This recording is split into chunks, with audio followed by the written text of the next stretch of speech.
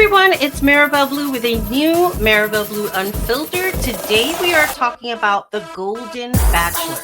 Yes, I finally got a chance to view this episode, and thank goodness it is about an hour long. But I can understand these golden knights aren't in their youthful age, so I'm sure that taping will be difficult when it comes to time. So I commend everybody on that set for tolerating long hours. And hopefully at the end of this journey, I believe he pronounces his name Gary, will find love again. And of course, I made some notes, so I will be referring to my notes so that I don't forget any details. And this video will be quick and painless.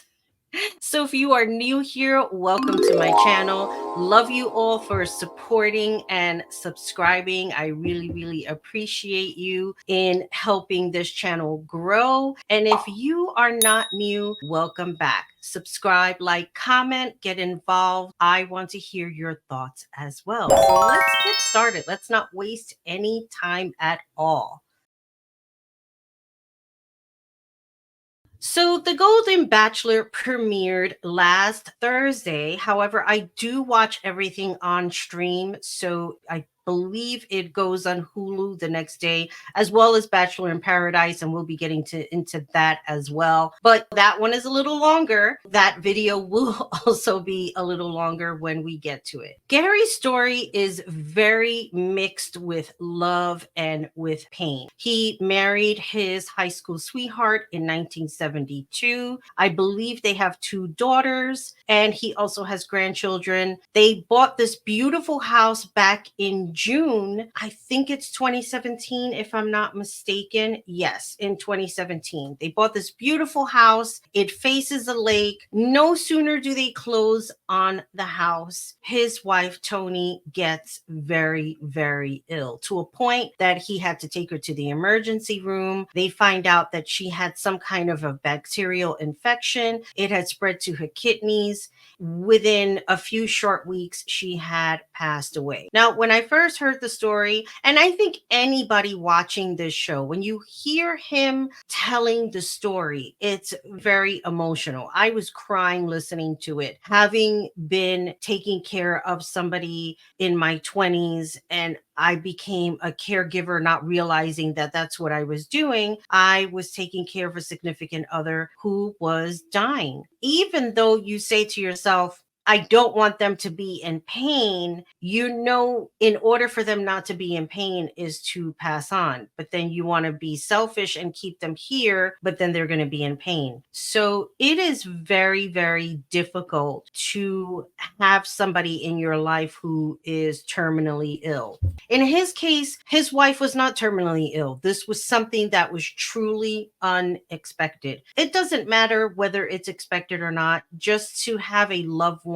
die is very painful. And if you have been through it, you understand as well how that feels. 6 years later, he is on his way to finding love. Anybody can ask, well, he was very emotional in sharing his story. Maybe he's not really ready to settle down. It doesn't matter. The longevity of losing somebody when they pass away, you're still going to feel the pain. You will still relive that. It doesn't matter. He is looking for love with a new person, a new journey. He's not looking for a replacement of his wife. So there's a very big difference. It's not like somebody being on the rebound. I wanted to clarify that because I know people can get confused sometimes. It's just like, well, maybe he's just looking for a replacement. He really isn't. He's fortunate he gets to have two different loves in one lifetime.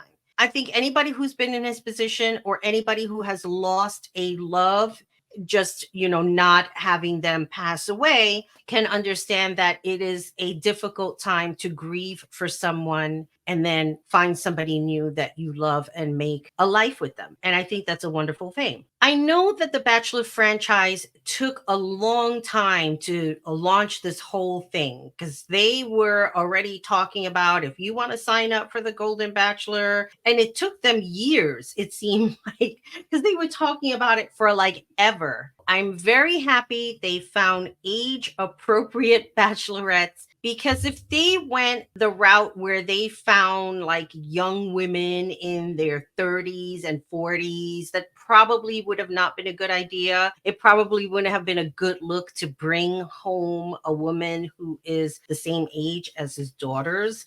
Let's get into the ladies that Jerry met on his journey to find love.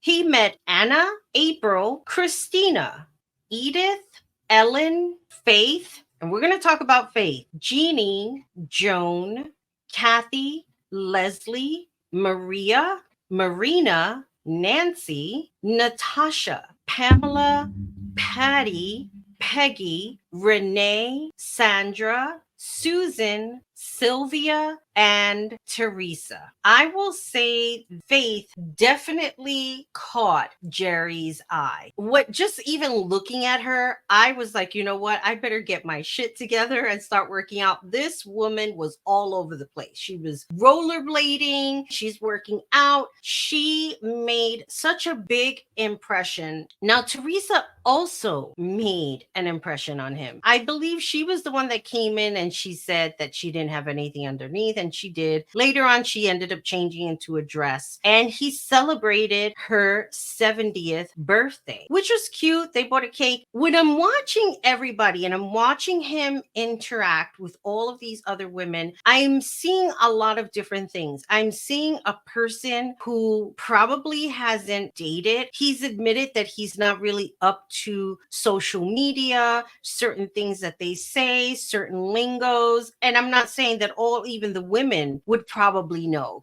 They're just living their lives and they're probably not stuck on their phones as I would be. But a lot of the times I'm doing research of everything that I want to talk about on this channel or my coaching channel. So there was something that he said that had me cracking up. He was eating the cupcake, or I guess he started to eat the cupcake, and then he goes and asks her, if I had a mess near my mouth, would you help me clean it up? I'm saying to myself, like, you didn't have to go through all that. You could have just made a mess on purpose and then go and kiss her. So these are the things that I feel like there's going to be like this awkward situations happening with all of the other women. He may not be as forward. And again, there's really nothing wrong with that. I'm feeling like it was refreshing to see something different, to see interactions happening that you would not normally see in other seasons with younger contestants. Take Colton, for example, Colton season. He had his tongue in every woman that was there. He made sure that he taste tested everybody. Colton was definitely out there making sure that he tasted everyone. I have to bring that up in comparison. Compare Colton to Jerry are two entirely different people. You have an older gentleman who was in a relationship since 1972. That is a long time to cross over into a different realm of exploring relationships and getting to know women and what to say and what's right and what's wrong. He is going to go through all of these different feelings. Hence,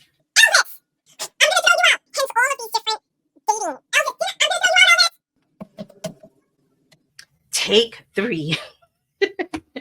What is that word I'm looking for? Dating. So he will have to learn all of these different dating etiquettes. Now, I don't know much about the women's side, what they have been through. They didn't go through every story. As you can see during editing, they will single certain women out. So it kind of gives you the impression that there will be more down the line. And I'm gathering this may be a shorter season only because it wasn't like 30 women and then he's going down to 25 and then to 20, so on and so forth. Let's talk about April. April said that she never watched the show, but when they all were in the room, the first thing that came out of her mouth was, "Can I grab you and talk?" Which is mostly a lot of what women say or men when they want to get time alone with the bachelor or bachelorette. "Can I grab you for a minute? Do you have time?" They will use certain lingo like that. And that was the first thing she did. So they go outside. She has this calendar. It's all April. It's all pictures of her. And she's a therapist. So I'm saying to myself, so you're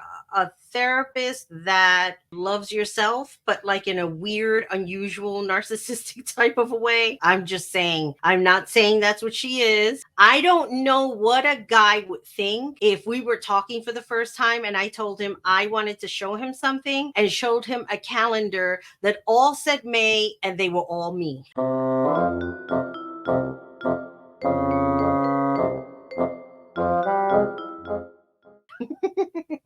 He probably would not be impressed. So here she was talking about herself, talking about the calendar, things that she does, things with the chicken, because I think she was the one that was clucking around in the beginning. Another one that made a very big impression was Faith. And I said that we were going to talk about her. Faith, just a beautiful, active. She's all over the place. She made such an impression on him. And I compared the interaction he had with Teresa as opposed to the interaction that he had with Faith. With Teresa, it seemed more like a physical attraction. He wanted to kiss her. He wanted to know what it felt like with the whole cupcake thing. Whereas Faith, she whipped out her guitar. She was singing to him. He said that there was something different about her. And he even said that in the beginning when he was talking to Jesse Palmer, was the way she looked at him. It was something in the eyes. And I have to agree. I think that this season, we are probably going to learn so much about the aspects of relationships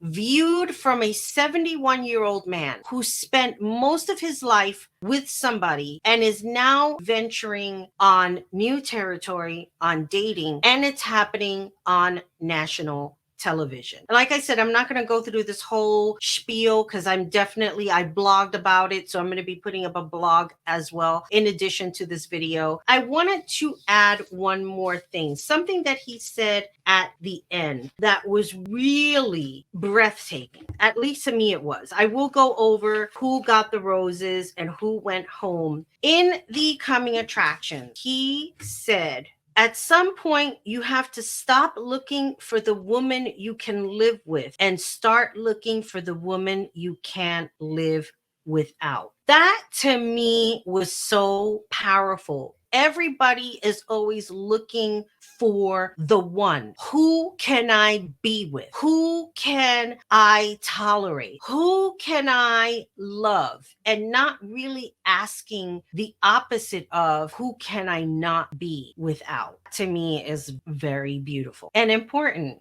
And it's romantic. And you know how I am. I'm like a romantic at heart. I am into all of these little love stories of somebody finding their prince. It came time to do the roses, and it was not an easy time for Jerry and even for Jesse. He was just very low tone, not monotone, but just very. Who got the rose? Faith got the first impression rose. No surprise there. When it came down to the rose ceremony, the following got the roses: Ellen, Teresa, Joan, Natasha, Leslie, Christina, Edith, Nancy, April, Sandra, Jane, Kathy, Marina, Peggy, and Susan. The ladies who went home were Sylvia, Renee, Patty, Pamela, Maria, and Anna. Well, next Thursday is a new episode for Jerry, and it looks like they did some takeaways or giveaways, I should say. They gave away some of the things that's going on. And if you look, it seems that Jerry's really developing a relationship with Faith. Now, the question at the end of the day is all of these people are really set in their ways. They have their house, they have their life. Who's the one that's giving up to be with the other person? That's my question, because that's a lot to give up. Something to think about. For the sake of love, maybe it won't be that hard of a decision. So, with all that being said, this is Maribel Blue signing off. I hope you like this video. I'd love to hear your feedback on The Golden Bachelor. Please don't forget to subscribe, like, and share this video. Thank you all again for your support. And always remember, be good to yourself, be good to each other. Most importantly, take care of you. Bye, everybody.